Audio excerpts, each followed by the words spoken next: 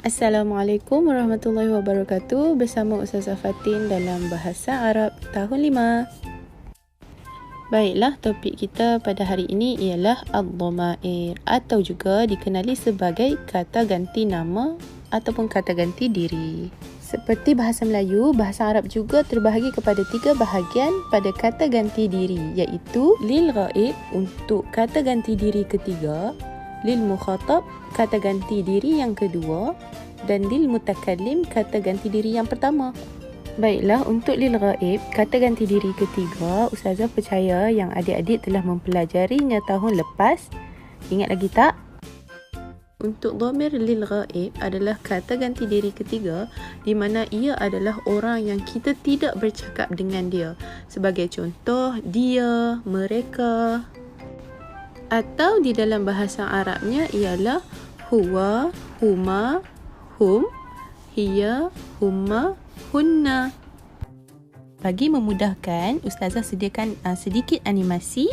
Terdapat 3 orang, iaitu orang yang pertama, orang yang kedua dan orang yang ketiga.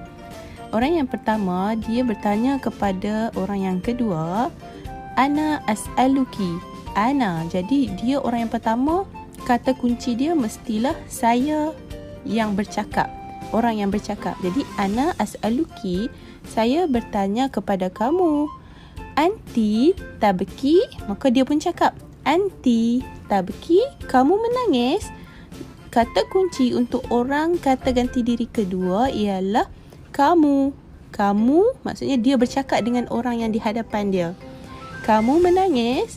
Jadi orang yang kedua tu pula bercakap huwa yaqdibuni, dia memukulku. Dia, dengar tak? Dia maksudnya bukan orang yang dia cakap, tapi dia bagi tahu orang lain. Dia bagi tahu kata, oh ni tengok ni orang atas ni yang pukul saya. Dia, mereka. Dia bukan termasuk dalam perbualan di antara orang pertama dan orang kedua. Faham tak? Seterusnya kita akan memasuki kepada bahagian yang kedua, iaitu dhamir lil mukhatab, adalah kata ganti diri kedua, orang yang kita bercakap dengan dia. Sebagai contoh, awak, kamu, hampa. Kita tengok dalam bahasa Arab terdapat 6 kata ganti diri dhamir lil mukhatab. Perlu Ustazah ingatkan bahawa dalam penggunaan bahasa Arab, kita memanggil seseorang itu berbeza dari segi jantinanya. Sebagai contoh, kalau kita memanggil awak kepada lelaki dan perempuan, bahasa Melayu biasanya awak macam biasa. Tapi kalau dalam bahasa Arab, awak untuk lelaki berbeza, awak untuk perempuan juga berbeza. Jadi untuk dhamir lil mukhatab kita bahagikan kepada bahagian lelaki dan juga bahagian perempuan.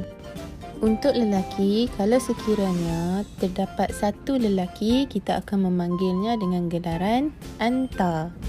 Kalau terdapat 2 lelaki, kita akan memanggilnya dengan gelaran antuma. Dan sekiranya terdapat 3 lelaki ataupun lebih, kita akan memanggil mereka dengan gelaran antum. Seterusnya, untuk perempuan pula, kalau terdapat 1 perempuan, kita akan memanggilnya dengan gelaran anti. Kalau 2 perempuan, antuma, sama seperti lelaki. Dan kalau 3 perempuan ataupun lebih, antunna. Jadi kesimpulan dia, untuk dhamir lil mukhatab ada 6, iaitu anta, antuma, antum, anti, antuma, antunna. Dan yang seterusnya ialah ad-dhamiru lil mutakallim.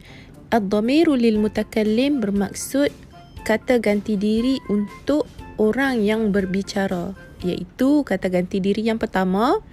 Seperti Ustazah bercakap dengan kamu, saya Fatin. Jadi Ustazah adalah kata ganti diri pertama. Di dalam bahasa Arab hanya ada 2 saja kata ganti diri. Baik lelaki ataupun perempuan, sama saja penggunaan dia, iaitu saya, ana. Saya, ana. Dan kami. Ataupun lebih daripada 2 orang, 3 ke beratus-ratus orang, ia tetap akan menjadi nahnu. Sekian saja daripada Ustazah. Sebelum Ustazah akhiri, Ustazah sediakan satu soalan kepada kamu untuk kamu jawab kepada Ustazah. Kalau sekiranya di dalam satu kelas terdapat ramai pelajar lelaki dan ramai pelajar perempuan, apakah dhamir lil mukhatab yang diberikan kepada mereka? Itu saja. Ustazah harap semua dapat memahami dan juga mempelajarinya. Kalau tak faham boleh tanya ya. Okey, Assalamualaikum.